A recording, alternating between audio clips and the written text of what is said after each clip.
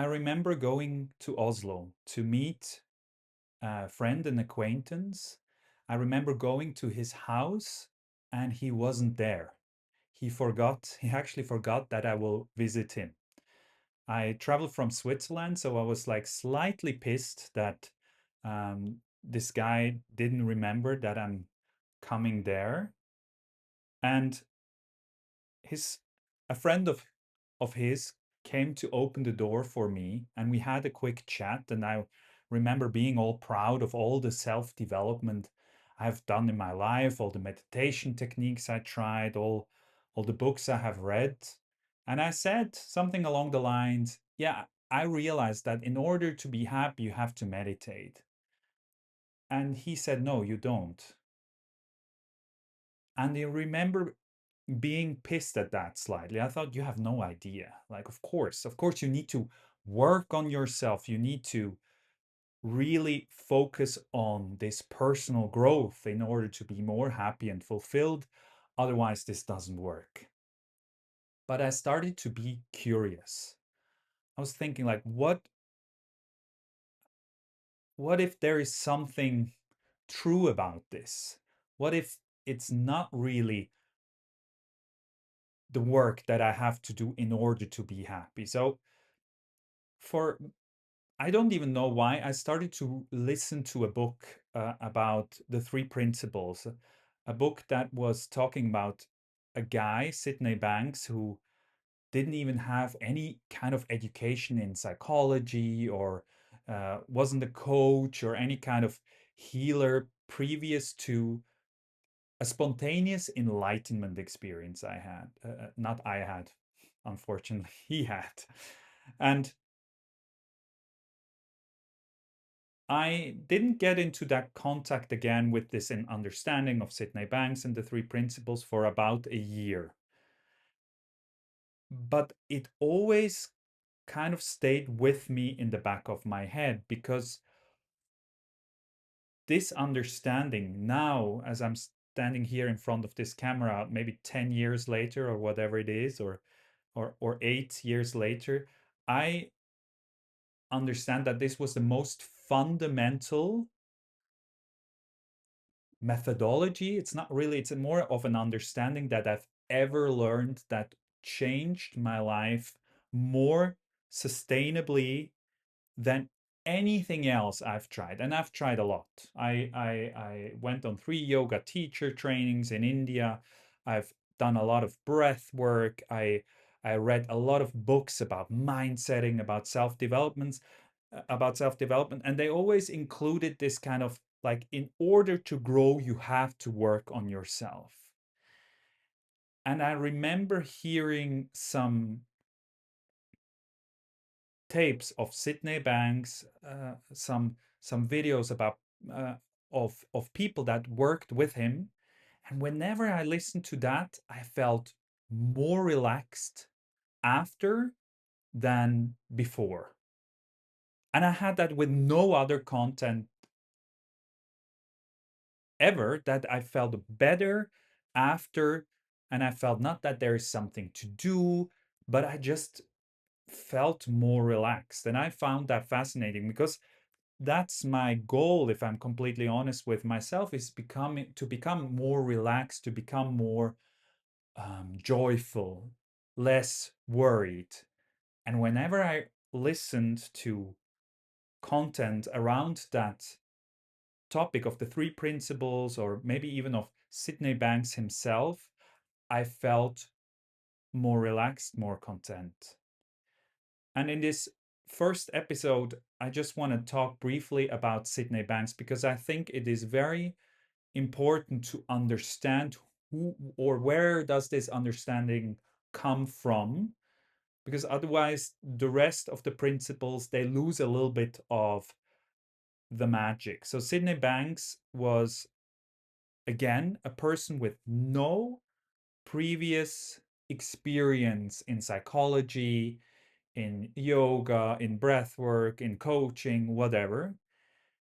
The only thing that he wanted to be is a little bit more happy. And he went to a seminar where he had, I might talk in another episode a little bit more in detail about it, a spontaneous enlightenment experience. That might sound a little bit woo-woo, but what he experienced in that moment where he was standing with somebody else was a deep feeling of, or understanding of, I'm not experiencing my circumstances. What I experience is thought in the moment.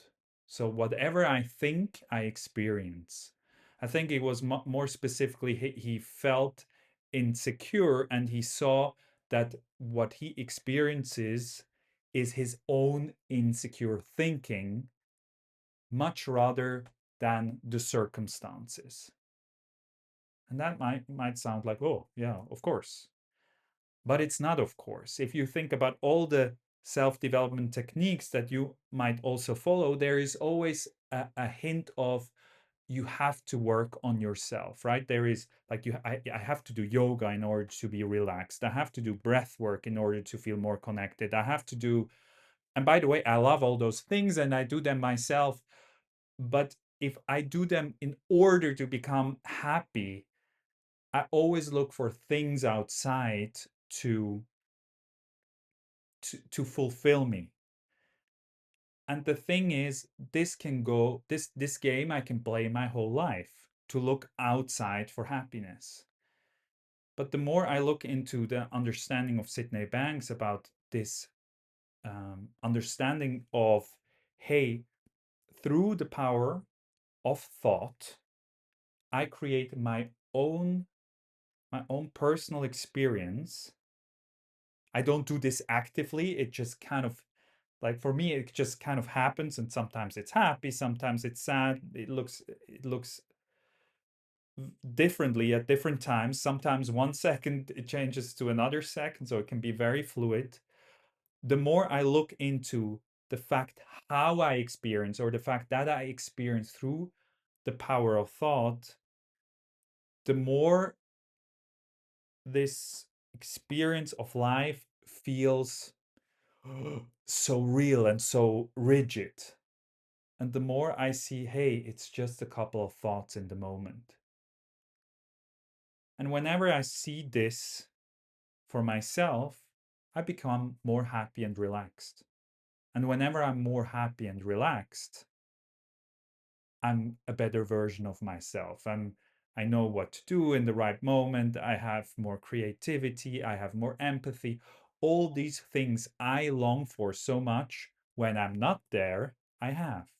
And whenever I think like, oh, I have to change something outside because I otherwise I will not be happy, otherwise it will not work. If I'm in this outside mode, if I'm not seeing that I'm thinking, if I believe 100% that my thoughts are real, something needs to be done about it, the more I feel stressed, my hands get sweaty, I'm less creative, I'm more distant to people, all these things that make me feel heavy in a way.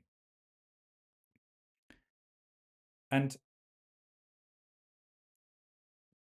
that's why I want to talk in the next couple of videos about this understanding, because I deeply believe the more I and other people understand the three principles of Sydney Banks, the more people understand that on a deeper level, the less harm we create in this world, and actually the more happy and fulfilled we feel, without the whole world, without us having to move the whole world. I'm not talking about complacency and not taking action, all that stuff, but taking action from a place of, hey, it's more of a playful interaction rather than a life or death kind of situation.